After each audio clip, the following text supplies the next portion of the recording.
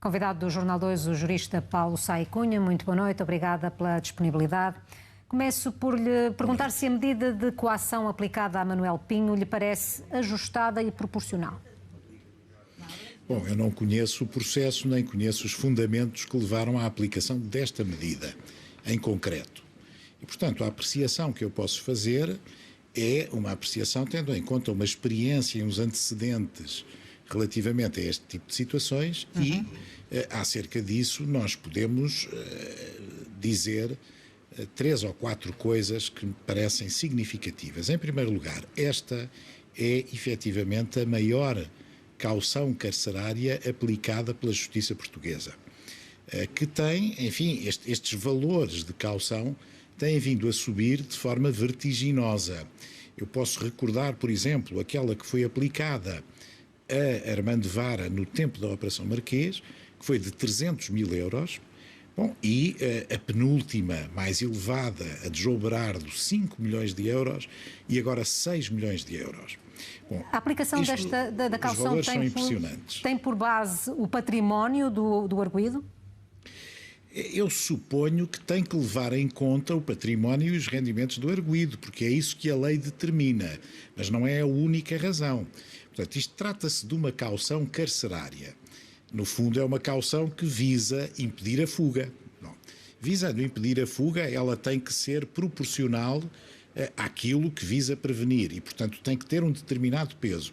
Mas depois a lei também manda atender à gravidade dos crimes, à lesão que esses crimes terão provocado e à condição socioeconómica do arguido. E, nesse sentido, estes valores não são fixados arbitrariamente. Quando o juiz fixa o valor da caução, tem que atender a todas estas condicionantes que a lei impõe para fixar o montante da caução. Mas há uma coisa que, se me permite, eu gostaria de dizer e que me parece que traduz uma aplicação perversa da nossa lei. Nós, se calhar, daqui a bocadinho vamos falar de outro tipo de cauções. No sistema anglo-americano, a caução é, ou a fiança, como lá se designa, é uma substituição da prisão preventiva. É uma substituição, sem mais. Em Portugal, não é esse o princípio do nosso processo penal. A caução é uma medida menos grave do que a medida de prisão preventiva ou do que a medida da obrigação de permanência na habitação, que vulgarmente se diz a prisão domiciliária. Bom, portanto, o que me está a dizer é que é estranho que tenha sido proposto a Manuel Pinho uma ou outra medida de coação, é isso? Não, é mais do que estranho, é ilegal. É ilegal porque os critérios da nossa lei exigem uma gradação da medida de acordo com princípios de necessidade e de proporcionalidade. E não é pensável que o juiz entenda que a caução é uma medida suficiente e que depois aplique uma medida mais grave do que a caução e faça depender a continuação desta medida, que é a prisão domiciliária, do pagamento da caução. Isto é subverter os princípios da lei.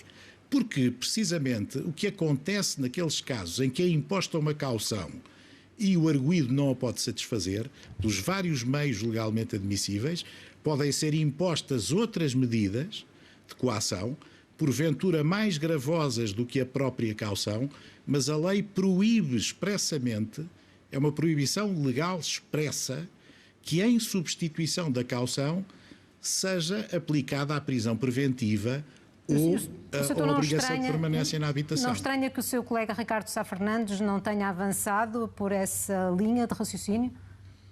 O meu colega e amigo Ricardo Sá Fernandes, certamente que no recurso que já anunciou que ia interpor, vai analisar todas estas questões. Agora, não é a primeira vez que isto acontece. No caso de João Berardo foi exatamente a mesma coisa. Bom, e não me parece, com toda a franqueza, que isto traduza uma correta aplicação da lei.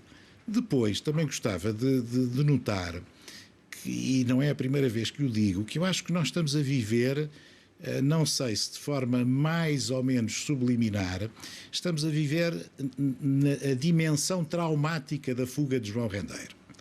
E penso que depois disto a justiça portuguesa vai encarar o perigo de fuga de outra maneira e, porventura, vai cometer exageros que traduzem uma mudança de 8 para 80.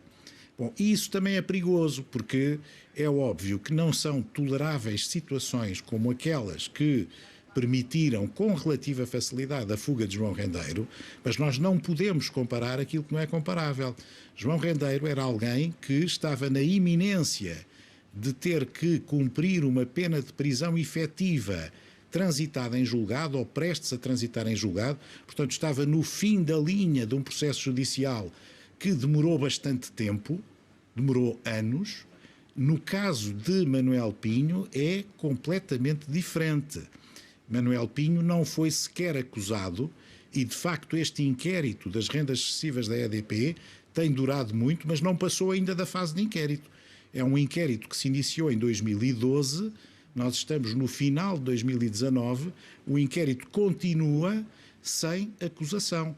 Portanto, não podemos comparar aquilo que não é comparável. E não podemos, por força deste trauma que obviamente afetou e abalou o sistema judicial português e a confiança da comunidade no sistema de justiça, não podemos, por via disso, agora cair no exagero inverso e considerar que há perigo de fuga em todas as situações. Porque, sejamos claros, em abstrato há sempre perigo de fuga.